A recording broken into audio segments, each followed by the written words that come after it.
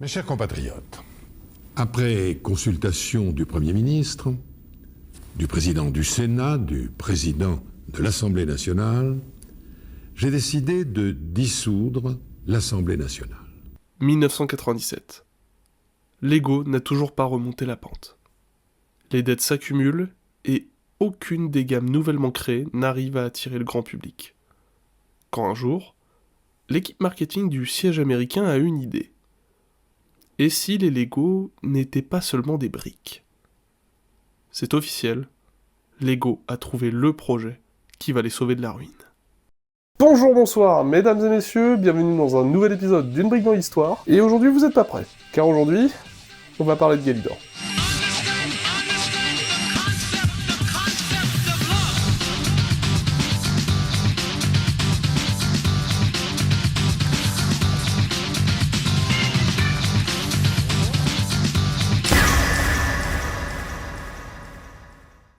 Bien, pour ceux qui ne l'ont pas encore vu, la partie 1 c'est juste ici, et pour les autres...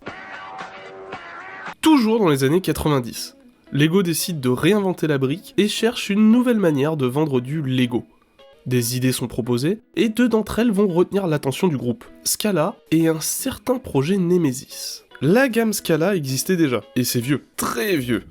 Pour vous dire, la première vague date de 1979. Mais Lego, pour éviter de faire des dépenses inutiles en déposant un nouveau brevet, décide de la reprendre. Et puis en vrai ça les arrangeait bien, parce que c'était déjà une gamme qui s'adressait au public féminin.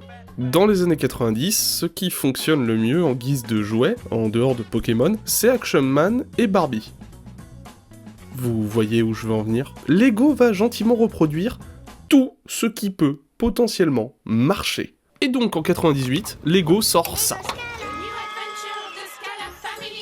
Dad, can I have a birthday party? No, Lisa. Lego Scala! Oh, it's unfair. What are you doing, darling? Oh, a little surprise for Lisa. Plagiat ? Oui, totalement. Et encore, je vous épargne la gamme Belleville, parce que sinon on n'a pas fini. Et vous voulez savoir la meilleure ? Ils ont perdu des millions de dollars car la confection des pièces était ultra chère. Tandis que Scala échoue à séduire le public féminin, de l'autre côté de Lego, le projet Nemesis prend une tournure bien plus ambitieuse. Le projet Nemesis continue son développement, et on prévoit une série où Lego serait coproducteur avec d'autres compagnies de jouets. Et en plus de ça, ils auraient l'exclusivité des jouets de la série. Au même moment, un jeune designer nommé Chris Faber fait financer son projet du nom complexe et étrange de Biological Chronicle, très similaire au projet Nemesis sur le concept. Mais vu la situation financière du groupe, ils ne lui donneront qu'un tout petit budget pour le développement. Chris et son équipe iront donc travailler en parallèle du projet Nemesis dans leur coin. Mais on en reparlera plus tard. Une chose est sûre avec le projet Nemesis, Lego n'ont pas intérêt à se planter. Sinon, ils signent leur arrêt de mort. Ils font tout pour s'assurer du succès du projet. En clair, ils investissent des millions dans la recherche et développement. Sur le côté, ils sortent d'autres gammes, qui fonctionnent malgré tout, comme la gamme Adventurers, qui est exceptionnelle, mais nous en reparlerons une prochaine fois, ainsi que leur premier partenariat avec une licence, et je parle bien évidemment de... The rebels need your help. Build us more ships. Lego and Star Wars join forces for the first time. Et vous connaissez la suite. Au fait, Nemesis a fini par s'appeler Galidor, et maintenant, Lego peut s'atteler à la communication. Et pour cela, ils emploieront la méthode Musclor. Et là, vous vous demandez sûrement, qu'est-ce que la méthode Musclor ? Et ben vous allez voir, c'est pas très compliqué. Mattel, énorme entreprise de jouets, aussi connue pour Barbie, sortent les figurines Musclor en 1981. Et ça se vend pas. À cause d'histoires de réglementation des pubs à la télévision américaine, Mattel ne peut pas bombarder les enfants de pubs toute la journée pour essayer de mieux vendre ses jouets. Donc, leur vient une idée. Et si la pub était un long format ? Une série avec des horaires télévisés, clairs et définis, afin que les enfants se réunissent volontairement pour assister à une pub géante. Ils commandent une saison complète de Musclor et les Maîtres de l'Univers au studio d'animation Filmation. La série sort en 1983, et là, c'est le carton, faisant de celle-ci l'une des licences de jouets les plus lucratives de tous les temps. Et Lego veut faire ça. Et en soi, ça se comprend, ça a fonctionné pour un tas d'autres entreprises de jouets, et même encore aujourd'hui. Cependant, il y a un hic. Lego veut faire ça, Sauf que là, on parle pas d'une série d'animation. On parle d'une série live-action avec des vrais acteurs, des vrais costumes, de vrais plateaux, avec des effets 3D CGI, façon Spy Kid. Oui, et pour ceux qui se demandent ça, là, c'est tout aussi moche pour vous maintenant que nous à l'époque. Voilà. Le show sera diffusé sur ABC Family et Fox Kids. Et si vous pensez que nous avions été exemptés en France, eh bien non. M6 et Jetix l'ont diffusé au même moment, durant sa sortie, et en 2004. La première saison contiendra 26 épisodes, avec une pause d'1 semaine entre la diffusion de la première partie et la seconde partie de la série. Tout ça pour un total de 16 millions de dollars. Cela dit, ils n'étaient pas les seuls investisseurs, il y a notamment Disney dans le coup. Oui, Disney. Et c'est surtout les jouets sur lesquels ils ont investi. Mais par contre, pour les bandes dessinées et les jeux vidéo, c'est Lego qui a aussi investi de sa poche. Le poste de réalisateur sera donné à Thomas Lynch, qui avait déjà travaillé sur d'autres séries jeunesse auparavant. Et le premier pitch qu'il avait proposé à Lego les avait confortés sur le fait que la série serait un carton. La série est entre de bonnes mains. Toute cette concrétisation, comme trouver le nom de la série, quelle stratégie aborder pour remonter l'entreprise, l'embauche de Thomas Lynch et le premier pitch, se sont déroulés en 1999. Maintenant, place au tournage. 3, Attention 2, 1, top 2000. Bonne année à tout le monde. L'an 2000 est passé et le tournage se déroulera à Montréal. Mais pourquoi Montréal ? 1 dollar américain, c'est environ 1,57 dollars canadiens en 2000. Vous me direz que c'est pas grand chose, et pourtant quand on parle de millions, ça pèse dans la balance. Par exemple pour Galidor, c'est un investissement de 25 millions de dollars canadiens pour seulement 16 millions de dollars américains, soit quasi 10 millions de dollars de plus dans le budget. Le tournage débute officiellement en 2001 dans les studios Ciné-Cité de Montréal. Thomas Lynch lui-même est plutôt content de travailler sur cette série. Il avait prévu 5 saisons, persuadé tout comme Lego du carton de la série. Il y a juste un petit problème avec les réalisateurs trop ambitieux. Ils sont gourmands en finances. Car en effet, les producteurs dont Lego voulaient une série qui donne envie mais cheap. Parce que le tournage devait principalement se faire en fond vert avec des effets CGI. Et certains personnages devaient être même des marionnettes. Et tout ça dans les années 2000, ça coûte beaucoup d'argent. Ce qui donne un aspect bizarre à la série. En gros, on arrive à discerner ce qui a du budget de ce qui n'en a pas. En parlant de celle-ci, il est temps que je vous dise de quoi ça parle. Galidor nous parle de Nicolas Bluetooth. Et on a à peine commencé. Et de son ami Allegra Zane qui se font transporter dans Galidor, un monde par-delà les dimensions, qui est menacé par le démoniaque Gorm. Un repos du nom de Jens les a amenés sur Galidor avec une navette transdimensionnelle. Une fois sur Galidor, Nick découvre qu'il possède le pouvoir du Glinch. Il peut modifier ses membres pour copier ceux de quiconque qu'il rencontre, acquérant ainsi leurs capacités spéciales, comme des griffes extensibles ou encore un saut puissant. Alors on va se le dire tout de suite, c'est pas plus invraisemblable que Code Lyoko ou tout ce dont avec quoi j'ai grandi dans les années 2010, que ce soit Gormiti ou Ben 10, c'est le même truc. Et en plus on comprend qu'avec le pouvoir du Glinch, Lego a trouvé son gagne-pain. Parce que cette idée d'interchangeabilité de membres entre les personnages, en soi, oui, c'est dans l'ADN de Lego. Mais ça, on en reparlera dans la partie 7. Le rôle de Nick sera décroché par le jeune Matthew Hayward, et notre chère Allegra sera interprétée par Marie-Marguerite Sabongui. Et d'ailleurs, c'est leur visage qu'on retrouvera sur les figurines. Parfaite transition pour parler des... Alors, faut savoir que j'ai sacrifié mon cadeau d'anniversaire pour ce machin. N'hésitez pas à financer l'émission, comme mon frère. Ça me ferait plaisir. Voici le 8313 Nick Deluxe. Et si vous voulez pas me croire quand je vous dis que c'est du Lego, c'est mis en tout petit ici, là, et c'est cité à l'arrière ici. Voilà.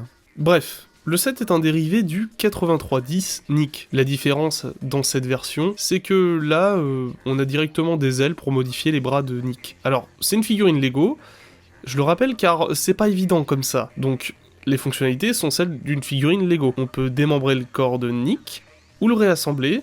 On peut aussi modifier ses bras pour qu'il puisse avoir des ailes à la place. Et honnêtement, c'est perturbant. Pour le coup... c'est de qualité, ça, c'est indéniable, mais le concept est pas ouf. Ils ont sorti 15 figurines en tout et pour tout sur les 17 qui étaient prévues à l'origine. Et la seule jouabilité, c'est l'interchangeabilité des figurines. Et donc si tu veux t'amuser, il en faut plusieurs des figurines. Et une figurine, c'est 10 € en 2002, ce qui équivaut à 17 € avec l'inflation aujourd'hui. Donc à l'époque, fallait lâcher 34 € pour pouvoir un tant soit peu s'amuser. Aujourd'hui, ça peut paraître ridicule, vu le prix des derniers Battle Pack, mais à l'époque, tu lâchais pas 34 € dans 2 figurines comme ça, à part à Noël ou à ton anniv. Et surtout la différence, c'est que c'est les enfants la cible de Lego, pas nous les adultes. Et je vous assure que ça joue énormément vis-à-vis du prix. Du coup, je regarde juste les prix de sortie des plus gros ensembles, et... Ok, on oublie. Pour vous dire à quel point c'est éloigné d'un Lego, c'est qu'à partir du moment où j'ai commencé à écrire sur mon ordi mon avis sur les sets, que je me suis souvenu que c'était un Lego. Et d'ailleurs, petite question comme ça, vous en aviez déjà entendu parler de cette série avant que je vous la cite ? La série sera diffusée le 9 février 2002 aux États-Unis sur Fox Kids et sur M6 en France. Et toutes les critiques sont unanimes. La série est cheap, amateur, moche et bizarre. Mais après, c'est que des critiques, ils ont pas le monopole de la raison. Du coup, j'ai décidé de regarder la série. Et en effet, C'est moche, c'est ambitieux, mais cheap, donc ça fonctionne pas. Le montage est mauvais, genre vraiment mauvais. Ça devient très vite flippant avec ce côté cheap. Mais c'est assez original. Il ne me semble pas avoir vu d'autres séries comme ça à l'époque. Et étonnamment, le jeu d'acteur est plutôt bon. Pardon, c'est tout ce que j'ai trouvé de bon à dire sur cette série. Malheureusement, cette série est entre deux chaises. À qui elle s'adresse? Il y a des esthétiques vraiment intéressantes, mais dans un show pour enfants, c'est glauque, sérieux. Il y a quelque chose de malsain qui peut s'en dégager par moment. Additionnez ça aux répliques classico de chez classique, et vous êtes perdu. Et puis, on est vraiment sur de la réalisation amateur. Limite, on a l'impression que Lynch ne sait pas où mettre sa caméra. Vous vous dites sûrement, attends, mais je comprends pas, il y a Disney qui a investi dedans, pourquoi ils sont pas intervenus? Oui, en effet, Disney venait de racheter Fox Kids à l'époque, sauf qu'ils ont hérité du projet, ils sont pas instigateurs, ils n'ont pas investi dedans, et ce rachat a mis une belle pagaille dans la communication autour de Galidor, le show s'est retrouvé perdu dans la transition. Open the door to cross the threshold, to find the map, to save your friends, to find your parents, to transform your destiny, to save a world called Galador. Galador, Defenders of the Outer Dimension, coming soon to Fox Kids. Si vous souhaitez vous faire votre propre opinion de cette série, sachez qu'elle est disponible dans son intégralité sur YouTube. Bon, uniquement en anglais. Mais au moins, voilà. Oui, je m'adresse à toi, la compagnon du chômage. On se voit à la Réunion la semaine prochaine. D'ailleurs, j'en profite pour vous parler d'un petit détail. Dans la série, il y a quelque chose de caché. Un bruit blanc à peine audible. Un code audio caché par Lego. Mais pourquoi ça? Alors, je vais en décevoir beaucoup, mais sachez qu'en fait, ce bruit, il servait juste à interagir avec une figurine, qui avait un écran dans le dos sur lequel on pouvait jouer à des mini-jeux, qui interagissaient du coup avec la série, quand elle passait à la télévision. Aussi, elle pouvait lancer des phrases, des personnages, si tu changeais leur tête. Voilà. Je pense que c'est encore plus décevant qu'un... Je vous ai menti. La série se finit par un cliffhanger, et il n'y a pas eu de suite. Et avant de vous parler de l'impact qu'elle a eu sur le Lego, revenons sur ce qu'il y avait autour de celle-ci.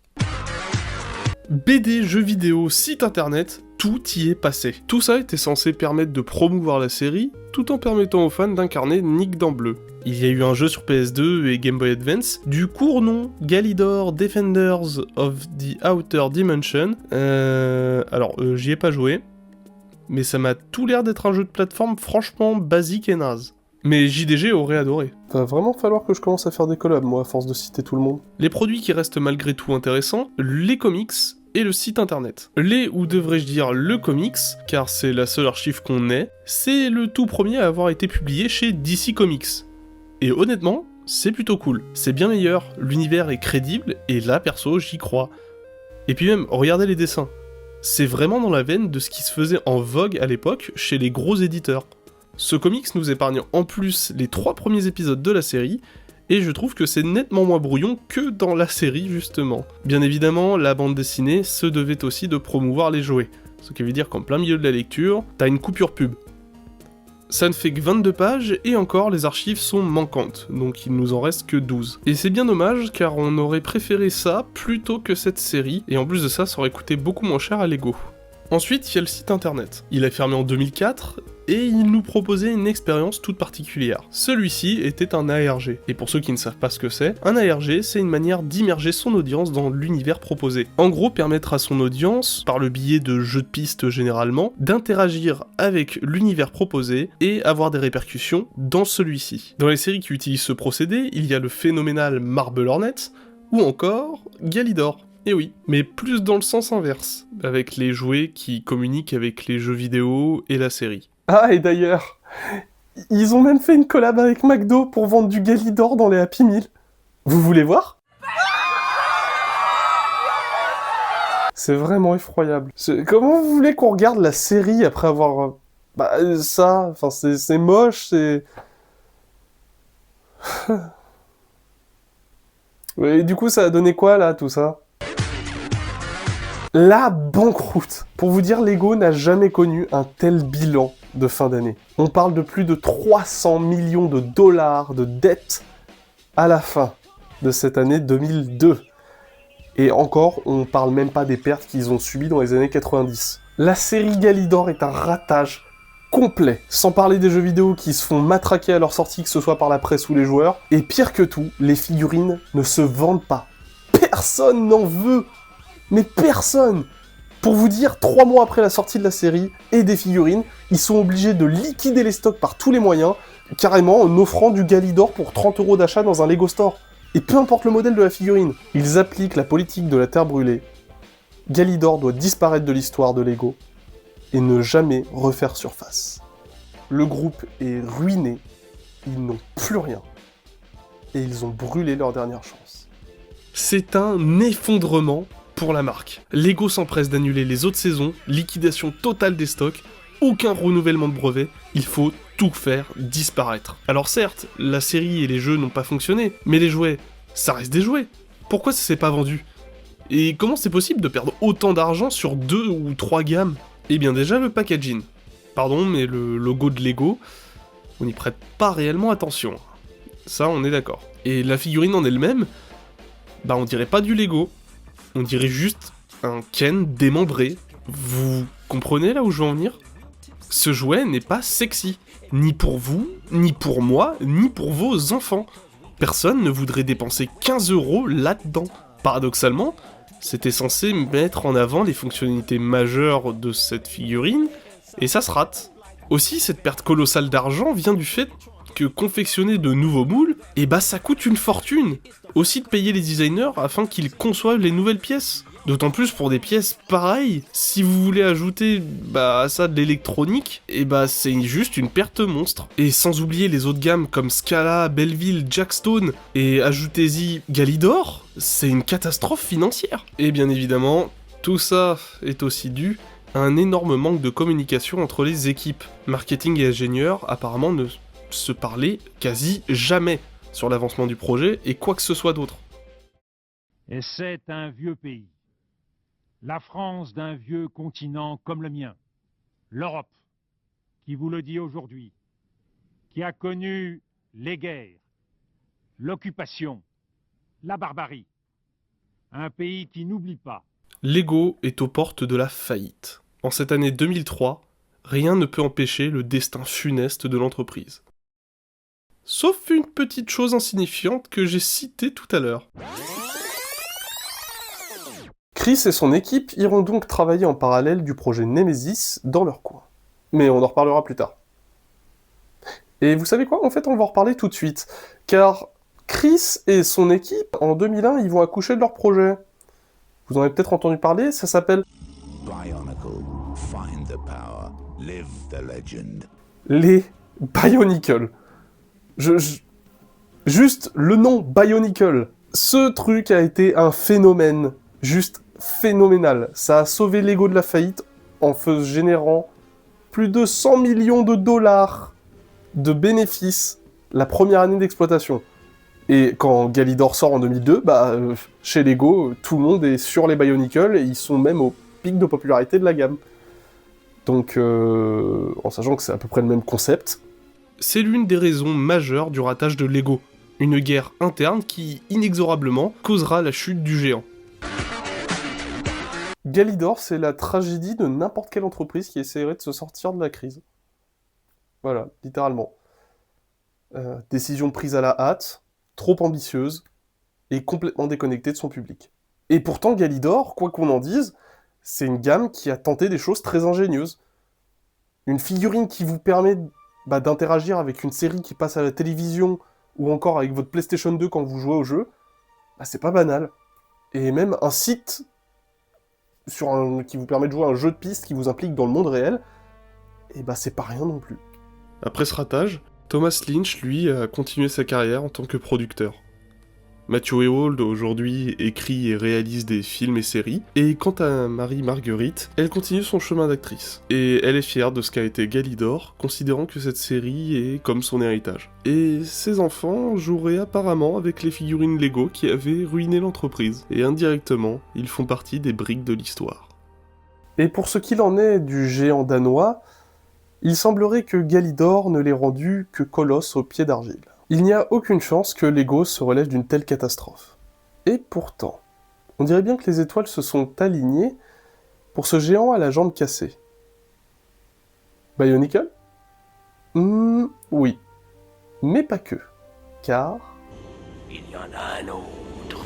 Je vous dis à la prochaine, et rendez-vous à l'ultime partie de la mort de Lego. Construisez l'avenir, c'était Evie. Ciao!